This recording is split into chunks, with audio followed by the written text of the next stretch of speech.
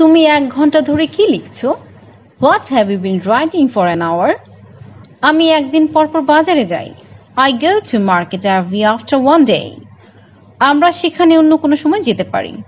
We can go there some other time. আমি এটা খুঁজছি। I'm looking for it. আমি একজন শিক্ষক হতে চাই। I would like to become a teacher. আমি তোমাকে সেখানে দেখে বিস্মিত। I'm surprised to see you here. আমি হাসপাতালে ছিলাম। I was at hospital. তুমি কোথায় ছিলে তা কেউ জানতো না। Nobody knew. Where were you? আমার সাথে কথা বলো। Talk to me. তার দিকে তাকাবে না। Don't stare at him. ঠিক বলেছেন। That's right. Like, comment and share to get these more videos. Thanks for staying with us.